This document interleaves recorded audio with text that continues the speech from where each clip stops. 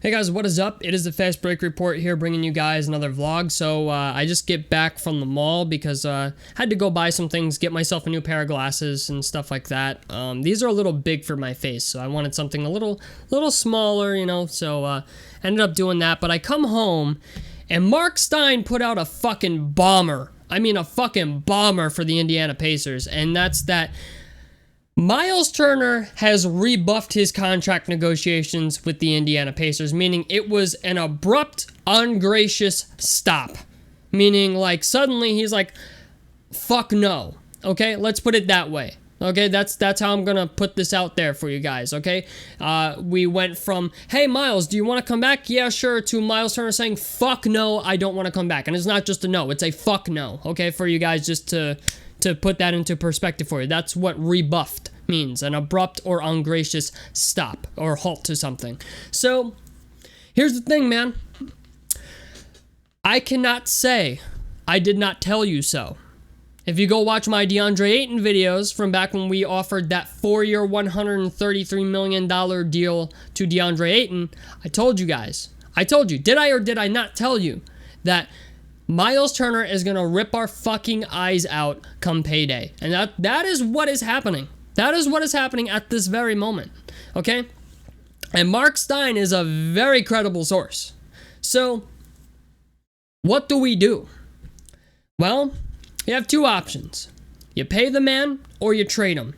And I feel like Myles Turner is tired of losing, even though an argument could be made that he's part of the reason that we have been losing, being that he has been a 13-7 guy for a vast majority of his career, and now this year is the first year we have seen him actually take a substantial leap forward, and I feel like it's mostly because of Tyrese Halliburton, but now all of a sudden he wants more bread than DeAndre Ayton, boys. I'm just gonna say that. That's why I feel like this happened. They were going to offer him an additional $19 million on top of what he was making this year. So let's say in the ballpark of $37 million, right? So let's go to Fanspo. I'll tell you guys right now how much money Myles Turner would have made had he signed this contract this year. So yeah, it's a solid $18 million this year he's getting paid. So plus the $19 million they were going to give him, we're talking $37 million for just this season. Okay? Then if you figure a contract extension, let's just assume, right? In the ballpark, the second year would have been $35 million. The third year would have been $33 million, and the fourth year would have been $31 million, being that the contract would have been front-loaded, right? That means the first 2 years of that extension would have been more money than we paid DeAndre Ayton. Obviously, this is all hypotheticals. But being that Myles Turner has been very loyal to the Pacers and he's been here for, 8 or 9 seasons at this point, I understand why they would pay him more than Ayton. I truly do. But he's not worth that. And unfortunately, we're in a position where it's like, we're either going to pay our fucking bar tab or we're going to end up washing dishes. And unfortunately, I feel like we're going to be washing dishes. And let me tell you why. Okay? We have 3 late first-round picks in this year's upcoming draft. Okay? We have Buddy Hield and Myles Turner, whose values have never been higher in their careers. Okay? There's 2 ways to come out of this. Okay? We trade Buddy Hield and Myles Turner and get maybe draft compensation in return for both of them. Right? Great picks, though, by the way. Like, I would say easily in the top unprotected picks. Okay? From shitty fucking teams. Whether it's the San Antonio Spurs, the Houston Rockets, the Detroit Pistons, somebody. Okay? We would have to get unprotected picks. Then there's the other scenario, right? And that's just if we traded Buddy and Myles Turner individually. Like, we would get unprotected picks. That's what we'd be asking for. The other scenario is we package Buddy Hield with Myles Turner and one of those late first-round picks to another team to get somebody who is fucking ridiculous. And I truly mean fucking ridiculous, okay? Because Myles Turner has been playing very well this year. As much as I don't like him, and I've been a huge critic of him, okay, you guys know, I am not a Myles Turner fan by any stretch of the imagination, but he has been very good this year. And Buddy Hield is the best three-point shooter in the league at the moment, okay? Somebody somewhere is gonna break out something for us. Whether it's one of these teams that are packing it in. We got the Washington Wizards who are packing it in. We got who else is packing it in here? The Phoenix Suns are on the cusp of packing it in. Portland seems like a team that maybe in the next two to 3 weeks here will be considering packing it in. Who else do we got? The Wizards. There was another team. Oh, the Minnesota Timberwolves at this point are thinking about maybe packing it in after trading their 401k for fucking Rudy Gobert. As much as I hate to say it, Rudy Gobert is a real possibility here. And I don't know how Pacers fans are going to feel about that because he's fucking atrocious right now in Minnesota.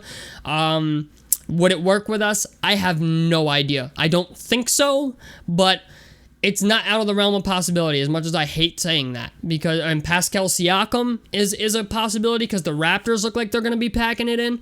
I love the idea of that. I love the idea of Pascal Siakam playing next to Tyrese Halliburton. I'm not a huge fan of Pascal Siakam because I feel like we need a 3 more than we need 4. Just because it's like this is the first year Jalen Smith has been a starter, so I'm willing to give him a year to see what he can do as a starter. A lot of Pacers fans aren't, understandably so. But Pascal Siakam, Buddy Hield, Myles Turner, and a first for Pascal Siakam doesn't seem like it's outside of the realm of possibility, considering especially that Fred VanVleet and I think Pascal Siakam also are like, who is it? Is it VanVleet and OG Anunoby, I think, are in the final years of their deals or something like that. So Toronto's a real possibility. We have a lot of possibilities, boys. And there's another team here that I can't think of at the moment. But we are officially in trade season. And now it seems like Myles Turner does not want to be here at all for whatever possible reason. I don't know if he got incredibly disrespected by the contract offer we gave him, which is, I'm assuming that's what happened. I'm assuming that we offered him a front-loaded contract that he was not happy with, and now he's like, no. Okay? So, it's officially what the fuck season for the Indiana Pacers all over again. It's a Paul George situation all over again. And it sucks because I feel like this team is incredibly talented. As much as I don't like Myles Turner, I'm at the point where I think if he can keep playing at this level, it's enough, right? Buddy Hield has been very good, but I think we can do better. That's my personal opinion. As much as Tyrese Halliburton enjoys playing with him, I just think there's maybe something better out there that we can get, at least a better defender. But I don't know, man. You know what? I don't know what the future holds, but the next month is going to be an incredibly interesting month for Indiana Pacers fans. Because now all of a sudden Myles Turner went from, I'd love to win a championship here, I'd love to stay here, yada, yada, yada, yada, to all of a sudden now he doesn't want to be here at all. So I'm assuming that Myles Turner and his camp feel incredibly disrespected at the contract offer we gave him. But the fact of the matter is Myles Turner is not a max contract player. Actually, I can't say that. He's just not worth the max contract that he wants from us. And I understand why he wants it. I understand why he wants to get paid what he wants to get paid.